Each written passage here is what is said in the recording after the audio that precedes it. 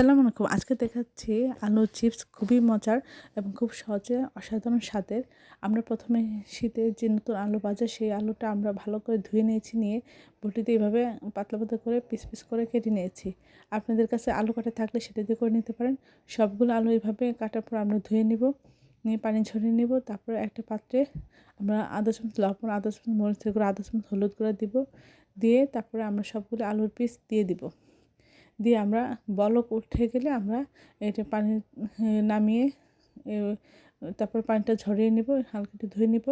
তারপরে পানি ঝরানোর পরে আমরা একটা পাত্রে তেল ব্রাশ করে আমরা সবগুলি আলুর পিস এভাবে একটা একটা করে ছড়িয়ে দিব। দিয়ে আমরা রোদ্রে এটা শুকিয়ে নেব। ভালো করে শুকানো হয়ে গেলে আপনারা নিয়ে আসবো।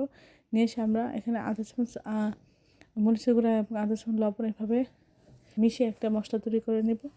তারপরে আমরা একটা পাত্রে তেল গরম করে আমরা চিপসগুলো ভেজে নেব, নিয়ে তারপরে শেষে আমরা এই মশলাটা ছিটিয়ে দেবো। এই ধরনের সুন্দর সুন্দর ভিডিও পাওয়ার জন্য সবাই আমার চ্যানেলটি লাইক এবং শেয়ার দেবেন, সাবস্ক্রাইব করবেন। তাহলে এই ধরনের সুন্দর সুন্দর ভিডিওগুলো আপনি দ্রুত পেয়ে যাবেন এবং প্রিয়জনকে বেশি বেশি করে শেয়ার দেবেন। তাহলে সবাই এর নোটিফিকেশনগুলো দ্রুত পেয়ে যাবে। বাচ্চারা ছোটো বড়ো সবাই চিপস খেতে খুব পছন্দ করে। এটা খুবই স্বাস্থ্যসম্মত। এভাবে চিপস করে দিলে বাচ্চারা খেয়ে খুব মজা পাবে এবং দোকান থেকে কিনে খাওয়ার কোনো প্রয়োজন নেই। আশা করি নতুন আলু ওঠার পর আপনার এই রেসিপিটা একবার হলে ট্রাই করবেন। এই রেসিপি চিপসটা ছোটো বড়ো সবাই খুব পছন্দ করে।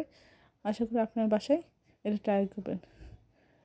আমার চ্যানেলটি লাইক এবং শেয়ার দেবেন, সাবস্ক্রাইব করবেন, সবাইকে শেয়ার দেবেন।